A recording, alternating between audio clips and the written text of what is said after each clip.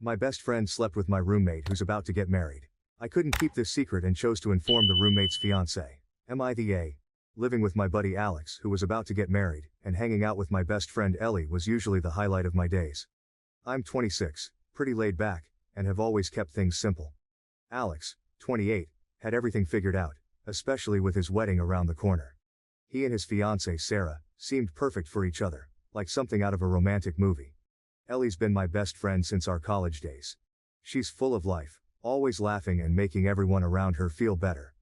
We were like two peas in a pod, but in a completely brother-sister kind of way. She often came over to our place, making our apartment feel more alive. But then, things started to change. Ellie and Alex began to get a bit too close, more than what you'd expect from just friends. At first I told myself it was nothing. Friends get close, right? The revelation hit me like a freight train one evening, when the apartment was cloaked in silence, and the city outside buzzed with life, oblivious to the storm brewing within. I returned home earlier than expected, only to find Ellie and Alex entwined in a way that left no room for doubt.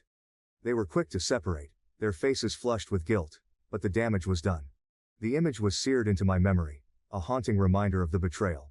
It was clear they had feelings for each other, and those feelings had crossed a line.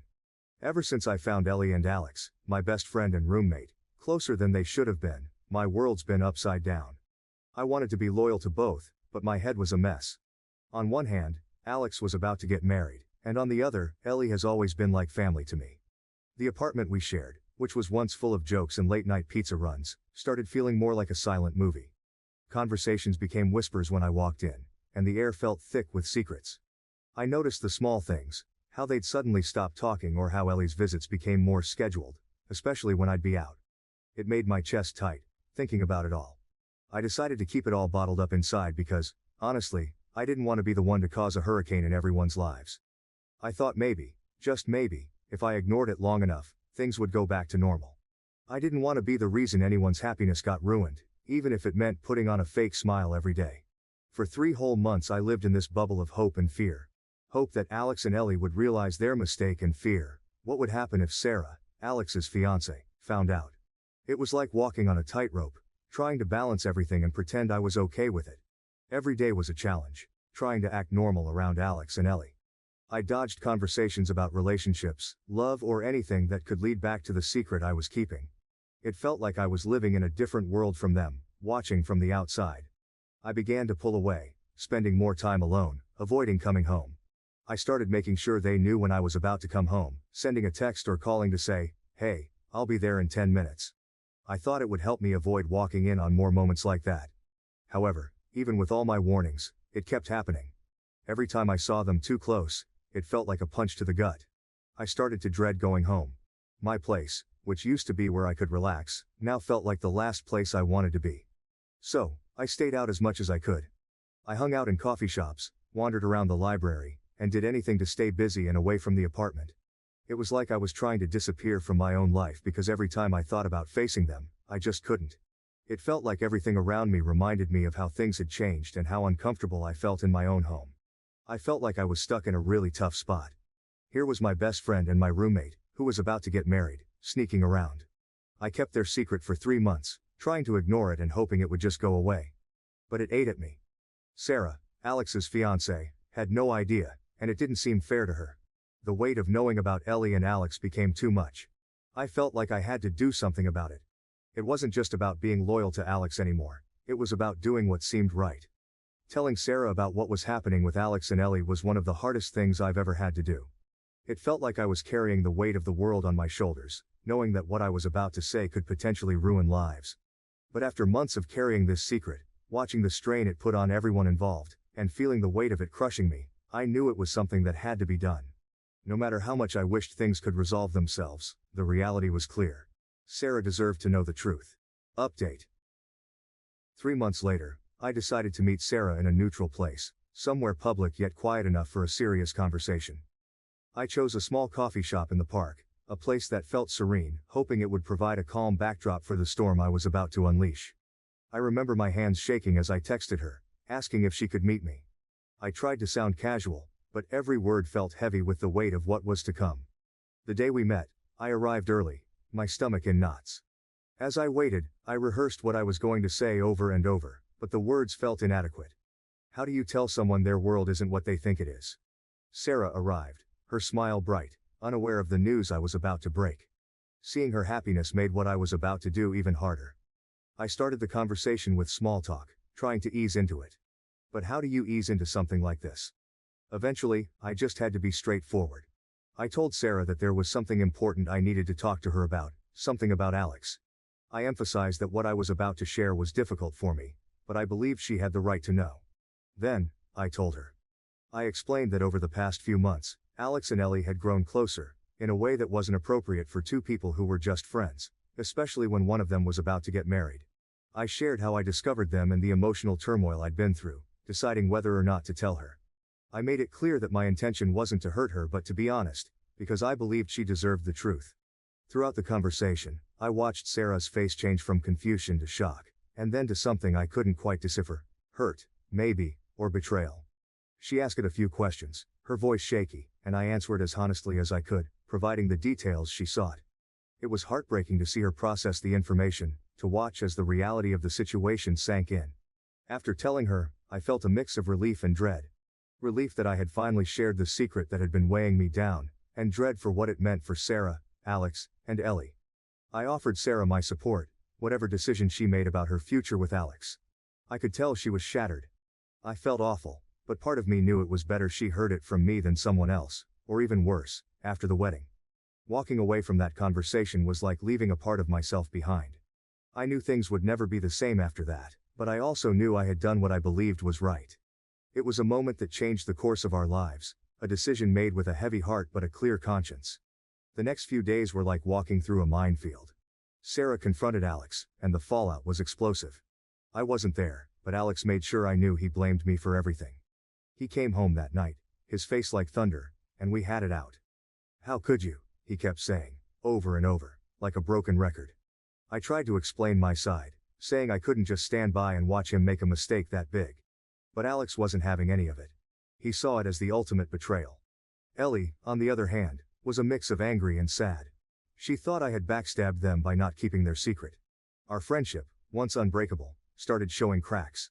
She said she understood why I did it, but wished I hadn't. Our conversations became stiff, filled with awkward silences and unspoken words. It was clear things were never going back to how they were. The atmosphere at the apartment turned icy.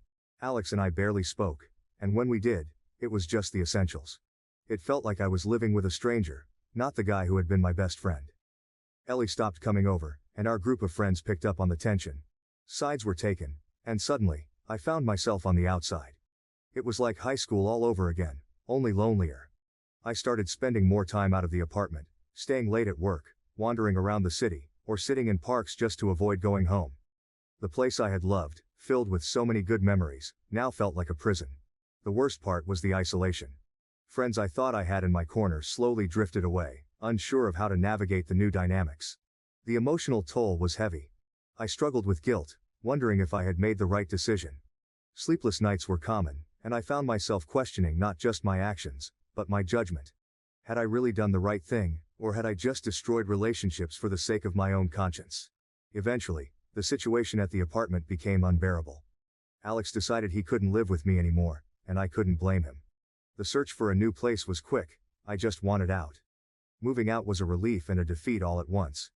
It felt like I was running away, but I also knew staying wasn't an option. The day I left, the apartment was silent. Alex didn't help me move, and there were no goodbyes. It was a quiet end to a chapter of my life I had thought would last much longer. In the weeks that followed, the fallout continued. Sarah called off the wedding, and though she didn't blame me, our interactions were tinged with the sadness of what had happened. Alex and I lost touch completely, our brotherhood a casualty of the truth. Ellie and I tried to salvage our friendship, but it was like trying to piece together a broken vase. We could put it on the shelf, but it would never hold water again. Looking back, I wonder if things could have been different if I had stayed silent. But deep down, I know I couldn't have lived with myself. The price of honesty was high, and I paid it in friendships and heartache. But lying to myself and everyone else would have cost me even more. In the end, I learned that some truths are heavy, but carrying lies is heavier still. After the storm of revelations and the shifting sands of friendships lost, the days began to brighten for me. It wasn't immediate, the healing. It felt more like the slow bloom of spring after a harsh winter. I moved into a new apartment, a small but bright space that felt like a fresh start. In the solitude of my new surroundings, I found peace and, surprisingly, a sense of freedom I hadn't realized I'd been missing. The void left by old friendships made room for new ones. I dove into hobbies that I'd put on the back burner, joined a local soccer team, and even picked up guitar lessons. These activities brought me into circles I wouldn't have otherwise crossed, and through them, I met people who brought new perspectives and laughter back into my life. As for Ellie and Alex, time proved to be a great healer. Ellie reached out first, a tentative text that opened the door to reconciliation. Our friendship, once fractured, began to mend, not as it was but into something new, more mature. We acknowledged the past but chose to focus on the future, celebrating our new paths and supporting each other as we always had. Alex's journey took longer, but a chance encounter at a mutual friend's wedding brought us back into the same orbit. The initial awkwardness gave way to a heartfelt conversation, where apologies were exchanged, and forgiveness was granted. It was a reminder that while friendships can break under the weight of secrets, they can also rebuild, stronger in the broken places. My career took an unexpected but welcome turn when I was offered a position at a startup. The work was challenging but rewarding, and it came with the added bonus of travel, allowing me to see parts of the world I had only dreamed of. On one of these trips, I met Maya, a fellow traveler with a thirst for adventure and a kindness that drew me in. Our connection was instant, and what started as a shared journey through foreign lands blossomed into a partnership I had longed for but never found. Years down the line, as I reflect on the tumultuous period that reshaped my life, I see it not as a time of loss but as a crucible that forged my character and my future. Ellie, Alex and I, though forever changed by the events, found a way to coexist in each other's lives, a testament to the enduring strength of true friendship. And with Maya by my side, exploring the world and building a life together, I am reminded that sometimes, the hardest roads lead to the most beautiful destinations. Happiness, I learned, isn't the absence of pain or conflict but the resilience to move through it and find joy on the other side. My story, once marked by betrayal and heartache, is now a narrative of growth, forgiveness, and new beginnings. And for that, I am profoundly grateful. Finally, I want to extend my sincerest thanks to all of you who have taken the time to share your stories on Reddit. Please continue to journey with us, share your experiences, and together, let's create memorable moments.